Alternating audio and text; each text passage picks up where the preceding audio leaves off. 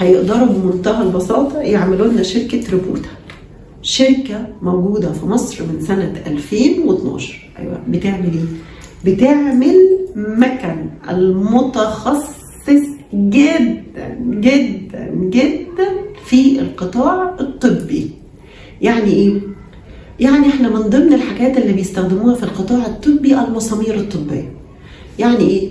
لا قدر الله حد مسمار نخاعي ووقع وتجبس والكلام ده كله، فبيركبوا له مسمار نخاعي او بيركبوا له شريحه ومسامير مخططات. المهم ان المسامير الطبيه بتستخدم في ايه كمان؟ في السنان. الناس اللي بتزرع سنان او بتركب جزء من الاسنان سواء كامل او جزء منه، ده برضو بنستخدم فيه المسامير الطبيه. شركة روبوتا بقى مش بتعمل المسامير دي، بتصنع المكن اللي يصنع لك المسامير. قدرت كمان